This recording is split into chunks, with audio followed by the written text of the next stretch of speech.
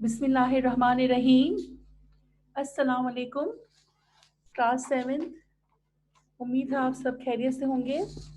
बेटा अपनी कारवाने उर्दू बुक्स निकाल लें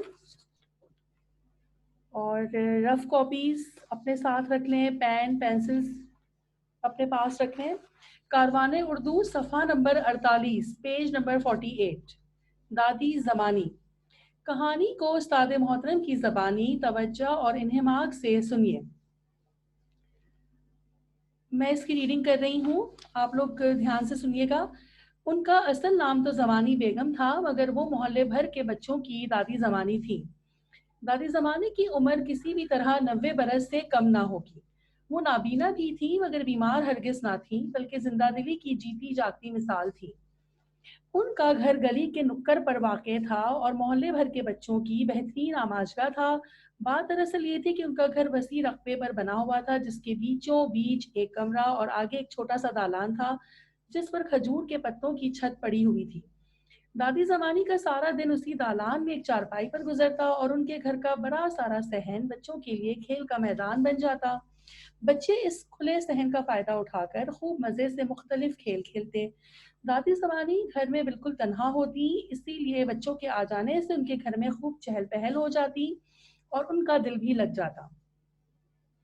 दादी ज़मानी के शौहर, जिन्हें हम सब दादा वहीद कहते थे, कहीं राज मिस्त्री का काम करते थे। वो निहायत चाको चौबंद थे। उम्र में भी दादी से कम से कम 10 बरस छोटे होंगे। अपनी नाबीना बीवी का बेहद ख्याल रखते थे। सुबह सुबह उठ उन्हें नाश्ता कराते, फिर खाने की तैयारी में उनकी मदद करते और उसके बाद अपने काम पर चले जाते। उनकी गैर मौजूदगी में मोहल्ले के सब बच्चे दादी का ख्याल रखते और उनके छोटे छोटे काम कर देते। शाम और रात के वक्त दादी सारे बच्चों को बहुत मज़े मज़े की कहानियां भी सुनाती थीं, मगर इसके लिए ज़रूरी था कि सब बच्चे कहानी को मुकम्मल तवज्जो और खामोशी से सुने।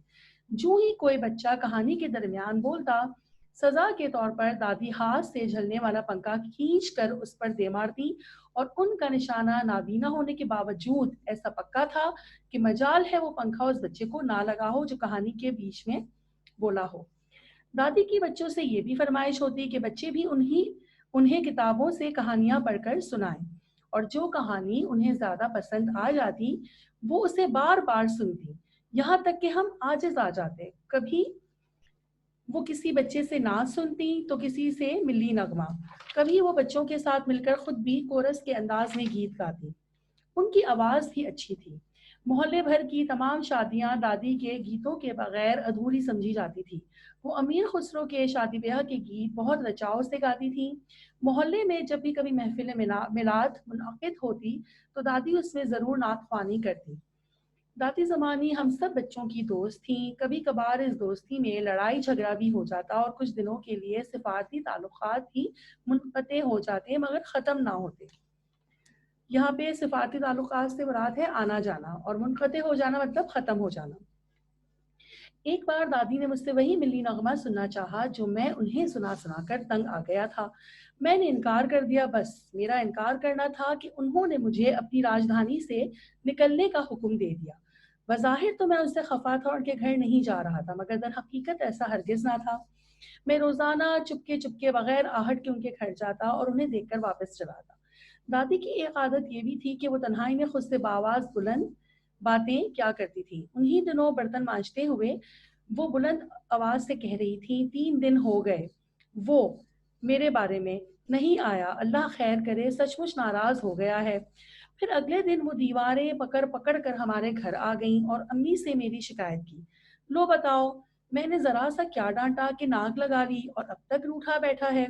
मैं रोजाना याद करती हूँ अम्मी ने मुझे डांटा और फिर हमारे दरमियान सुलह करवा दी। वालिदैन किसी बच्चे को दादी के घर जाने से ना रोकते थे। रात के वक्त अगर कोई बच्चा अपने घर पर मौजूद ना होता तो यकीनन उसका ठिकाना दादी के घर ही होता, जहां वो कोई दिलचस्प कहानी सुन या सुना रहा होता। दादी का ताल्लुक दहली से था और दहली का चटखारा उनकी जबान से आया था। दादी बला की चटोरी थी। हर मौसम का खाना उनके यहाँ पकता था। मसाले वो खुद तैयार करती, अलबत्ता चूल्हे हांडी का काम उनके शौहर करते। दादी के मुंह में एक भी दांत ना था, मगर मजाल है जो वो किसी जायके से महरूम रह जाएं। اس کے لیے انہوں نے پیتل کی ایک چھوٹی سی پنکٹی رکھی ہوتی تھی. یہ پنکٹی ایک چھوٹی سی اوکھلی اور موصل پر مبنی تھی. اس میں وہ پان کوٹ کر کھاتی اور موسموں کی دیگر سوغاتیں مثلاً مونگ پھلی، چلغوزے اور اخروٹ کی گریاں بھی اسی میں کوٹ کر کھاتی. ان کی زبان دہلی کی بامحاورہ زبان تھی.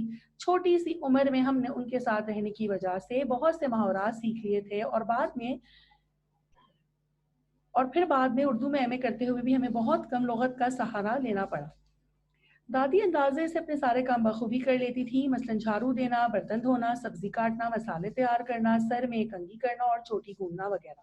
وہ نہایت صاف ستھری رہا کرتی. نابینا آنکھیں ہمیشہ سرمے سے سجی رہتی. خوشبو بھی لگایا کرتی. کرتا پاجامہ اور صدری ان کا مخصوص پہناوا تھی. صدری چھوٹا سا کوٹ نما کرتا ہوتا ہے، اس کو کہتے ہیں. گرمیوں میں باریک چادر اور سردیوں میں اونی چادر ضرور اوڑھتی. دہن پان کھانے سے ہمیشہ سرخ رہتا.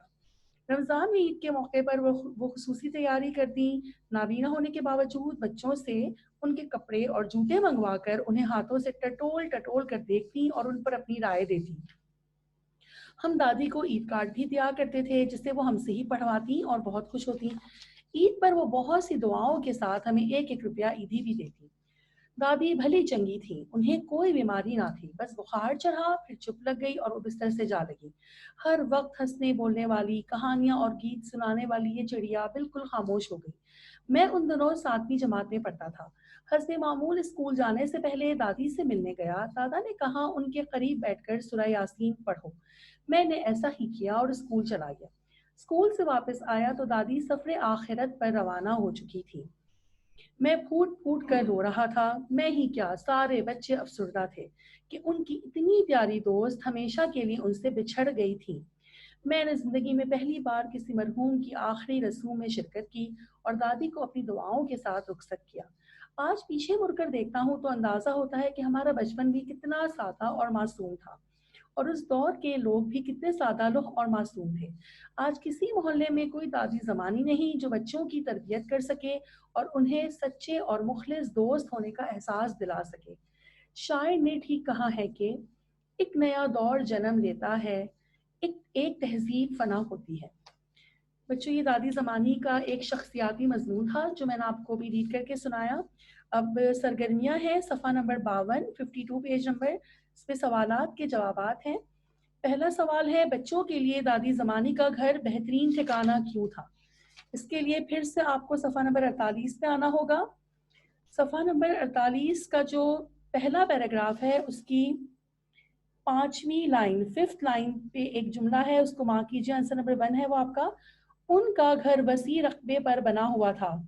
یہ ایک جملہ ہم یہاں سے لیں گے اور اس کے بعد وہ لائن چھوڑ دیں، اس کے بعد 2 مزید لائن چھوڑ کے تیسری لائن پہ آ جائیں. یعنی یہ آپ کے پہلے پیراگراف کی ہوگی 8ویں لائن. وہاں سے ہم پھر کنٹینیو کریں گے. آنسر نمبر 1، ان کے گھر کا بڑا سارا صحن بچوں کے لیے کھیل کا میدان بن جاتا. بچے اس کھلے صحن کا فائدہ اٹھا کر خوب مزے سے مختلف کھیل کھیلتے تک. بس یہ آپ کا آنسر نمبر 1 ہوگا. میں پھر سے ریپیٹ کر دیتی ہوں. ان کا گھر وسیع رقبے پر بنا ہوا تھا. ان کے گھر کا بڑا سارا صحن بچوں کے لیے کھیل کا میدان بن جاتا. بچے اس کھلے صحن کا فائدہ اٹھا کر خوب مزے سے مختلف کھیل کھیلتے. سوال نمبر 2 ہے، بچے صرف کھیل کود کے لیے دادی زمانے کے گھر کا رخ کرتے یا پھر اس کی وجہ کچھ اور بھی تھی؟ اس کا آنسر میں ڈکٹیٹ کروا رہی ہوں، آپ لوگ لکھتے جائیں. رف کاپی اور پینسل میں نے کہا تھا آپ لوگوں نے رکھی ہوگی اپنے پاس. دادی سارے بچوں کو مزے مزے کی کہانیاں بھی سناتی تھی. کبھی وہ کسی بچے سے ناز سنتی تو کسی سے کوئی ملی نغمہ. وہ خود بھی بچوں کے ساتھ گیت گاتی، گویا وہ سب بچوں کی دوست تھی. گویا وہ سب بچوں کی دوست تھیں. اس کے بعد آپ کا سوال نمبر جو 3 ہے وہ ہے، دادی کا شخصی سراپا یعنی عمر، حلیہ، لباس وغیرہ تحریر کیجیے. اب دیکھیں یہ آپ کا ویسے تو سوال نمبر 3 ہے لیکن ایک طرح سے یہ دادی زمانی کی یوں سمجھ لیں کردار پہ بھی ہم روشنی ڈال رہے ہیں، یا ان کی کردار نگاری بھی اس کو ہم کہہ سکتے ہیں. میں ڈکٹیٹ کروا رہی ہوں، جلدی سے آپ لوگ لکھنا شروع کیجیے. उनका असल नाम तो ज़मानी बेगम था। उनका असल नाम तो ज़मानी बेगम था, मगर वो मोहल्ले भर के बच्चों की दादी ज़मानी थी। मगर वो मोहल्ले भर के बच्चों की दादी ज़मानी थी। उनकी उम्र किसी भी तरह उनकी उम्र किसी भी तरह 90 बरस से कम ना होगी। उनकी उम्र किसी भी तरह 90 बरस से कम ना होगी। वो नाबीना थी, लेकिन जिंदा दिली की जीती जागती मिसाल थी। वो घर में तन्हा होती। शाम और रात के वक्त दादी सारे बच्चों को मज़े की कहानियां भी सुनाया करती थी। नाबीना होने के बावजूद उनका निशाना बहुत पक्का था। उनकी आवाज़ भी अच्छी थी। दादी ज़मानी सब बच्चों की दोस्त थीं। तन्हाई में खुद से बाआवाज़े बुलंद बातें करना उनकी आदत थी। उनका ताल्लुक दिल्ली से था।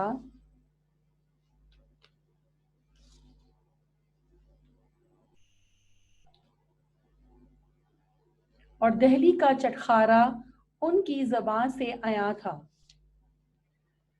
वो अपने अंदाजे से सारे काम बखूबी कर लेती थी। वो बहुत साफ सुथरी रहती थी। बुखार होने की वजह से वो बिस्तर से जा लगी और आखिरकार अपने खालिक हकीकी से जा मिली। ये हो गया सवाल नंबर 3। सवाल नंबर 4 जो है ये आप लोगों ने खुद करना है। इस कहानी की सबसे मुनफरिद और निराली बात आपको क्या लगी, वजाहत से लिखिए। अब देखिए, इसमें दादी ज़मानी का पूरा सबक हमने पढ़ा है। इसमें से आपको उनकी जो बात सबसे अच्छी, सबसे निराली, सबसे मुख्तलिफ, सबसे मुनफरिद लगी है, वो आपने खुद अपने अल्फाज में लिखना है उसे। सवाल नंबर 5 है, दादी ज़मानी के इंतकाल के वक्त मुसन्निफ और मोहल्ले के सारे बच्चे क्यों अफसरदा थे? ये भी आप लोग मार्क कर लें। पहले सवाल में से ही हम इसका जवाब लिखेंगे। दादी ज़मानी के इंतकाल के वक्त मुसन्निफ और मोहल्ले के सारे बच्चे अफसरदा थे, क्योंकि सवाल में से ही मार्क करके आगे क्योंकि लिखकर सफ़ा नंबर 52 52 पेज पे जो आपका पेज जहाँ से शुरू हो रहा है वहीं से जो पैराग्राफ है आपका, एक तफसीली पैराग्राफ है, उसकी नीचे से थर्ड लास्ट लाइन है, उसका आखिरी लफ्ज़, क्योंकि उनकी इतनी प्यारी दोस्त हमेशा के लिए उनसे बिछड़ गई थी। इसका जवाब यूँ होगा, दादी ज़मानी के इंतकाल के वक्त मुसन्निफ और मोहल्ले के सारे बच्चे अफसरदा थे, क्योंकि उनकी इतनी प्यारी दोस्त हमेशा के लिए उनसे बिछड़ गई थी। अगला सवाल है, इस कहानी पर अपनी राय 4 जुमलों में तहरीर कीजिए। ये भी मैं डिक्टेट करवा रही हूँ, जल्दी से लिख लें इसे भी। मेरी राय में ये कहानी निहायत दिलचस्प है, क्योंकि इसमें हमारे बुजुर्गों के बचपन की सादगी और मासूमियत जाहिर हो रही है। पहले ज़माने में बुजुर्ग अपने इखलाक, कौमा, आमाल और अक़वाल से खेल खेल में बच्चों की तरबियत कर देते थे। उस ज़माने के बुजुर्ग हकीकी मायनों में अपने बच्चों के सच्चे और मुखलिस दोस्त साबित होते थे। अब क्लास 7 स्टूडेंट्स, आखिरी सवाल है इसका, मुसन्निफ के बचपन और आपके बचपन में क्या फ़र्क नुमाया है, वजाहत से लिखिए। ये भी मैं डिक्टेट करवा रही हूँ, लिखते जाएं आप लोग। मुसन्निफ के बचपन के दौर में हर मोहल्ले में दादी ज़मानी जैसी शख्सियत से बच्चे मुस्तफ़ीद होते थे, जबकि हमारे बचपन में हम मोबाइल फ़ोन और कंप्यूटर की बदौलत अपने घर तक महदूद हो गए हैं। अच्छा जी, अब तक मैंने आपको बता दिया है। सवाल नंबर 4 जो है इसका ये होमवर्क है। होमवर्क में भी आपको आप स्क्रीन पे शेयर भी हो जाएगा, आपके सामने आ जाएगा भी होमवर्क। और यहाँ पे जुमले हैं सफ़ा नंबर 53 पेज पे। इन अल्फाज और मुहावरात को अपने जुमलों में इस्तेमाल कीजिए, ये भी आपका होमवर्क है। चहल पहल होना, आजिज़ आ जाना, टटोल टटोल कर, भला चंगा होना, बिस्तर से जा लगना, सादा लौह और मासूम। इसके जुमले बनाने हैं। अब देखें, क़वाइद पे आ जाएं। सफ़ा नंबर 53 पे ही है, अरबी क़वाइद से जमा बनाना। अरबी में वाहिद से जमा बनाने के बहुत से औज़ान मुक़र्रर हैं। इन अल्फाज की जमा पर गौर कीजिए। अबद, आबाद, अज़ल, आज़ाल, अलम, आलाम, बदन, अबदान, जिस्म, अजसाम। अब आप इन औज़ान पर जमा बनाइए। सफ़ा नंबर 54 पे आ जाएं। समर का है असमार, आफत का है आफात, दौर अदवार, दीन अदियान, खबर अखबार, जहन अजहान, रुकन अरकान, रूह अरवाह, अदब आदाब, तौर अतवार, शक्ल अशकाल, फ़िक्र अफ़कार, क़िस्त इक़्साद और मौत अमवात। ये हमने सफ़ा नंबर 54 पे सवाल नंबर 3 का अलिफ किया है। अब इसी का बे हिस्सा है। इबारत में ख़तकशीदा अल्फाज की जमा बनाकर उनकी मुनासबत से इबारत में ज़रूरी तब्दीलियाँ करके दोबारा लिखिए। ख्याल रखिए वाहिद में हर हो तो जमा में उसकी जगह तमाम का इस्तेमाल होगा। अब मैं ये भी आपको बता रही हूँ, साथ साथ अपनी बुक पे ही इसको भी लिखते जाएं, ये भी आपका बुक वर्क है। अल्लाह ताला ने हर मर्ज की दवा मुख्तलिफ शय में रखी है। अब देखिए यहाँ पे हर जो है वो तमाम में तब्दील हो जाएगा, मर्ज अमराज में, दवा जो है वो अद्विया में, और शय अशिया में, और है जो है वो है में तब्दील होगा। जुमला इस तरह से बनेगा, अल्लाह ताला ने तमाम अमराज की अद्विया मुख्तलिफ अशिया में रखी हैं। हर किस्म की जड़ी बूटी में शिफा है। तो यहाँ पे भी हर जो है वो तमाम में तब्दील हो जाएगा, और किस्म इकसाम में। तमाम इकसाम की जड़ी बूटी में शिफा है। फ़र्द को चाहिए शजरो जिन्स बल्कि हर जुज़ में अल्लाह की हिकमत को समझे और वहम से गुरेज करके अल्लाह ताला के नूर से अपने अमल को बेहतर बनाए। अब देखें, इसमें फ़र्द को अफराद में तब्दील कर लें। शजर जो है वो अशजार में तब्दील होगा और जिन्स इजनास में। फिर हर जो है वो तमाम में तब्दील होगा, जुज़ अज्जा में, वहम औहाम में, नूर अनवार में, अमल आमाल में। और जुमला ये इस तरह से होगा कि अफराद को चाहिए अशजारो अजनास बल्कि तमाम अज्जा में अल्लाह की हिकमत को समझे और औहाम से गुरेज करके अल्लाह ताला के अनवार से अपने आमाल को बेहतर बनाए। अब देखें, क्लास 7 ये हमारा चैप्टर पूरा हो गया है। ये भी आपका होमवर्क है, अपने किसी बुजुर्ग के बारे में मजमून लिखिए। अब आप इसमें दादा जान, दादी जान, नाना जान या नानी जान में से आप किसी का भी मजमून इसमें लिख लें। ये चैप्टर आपका मुकम्मल हो गया।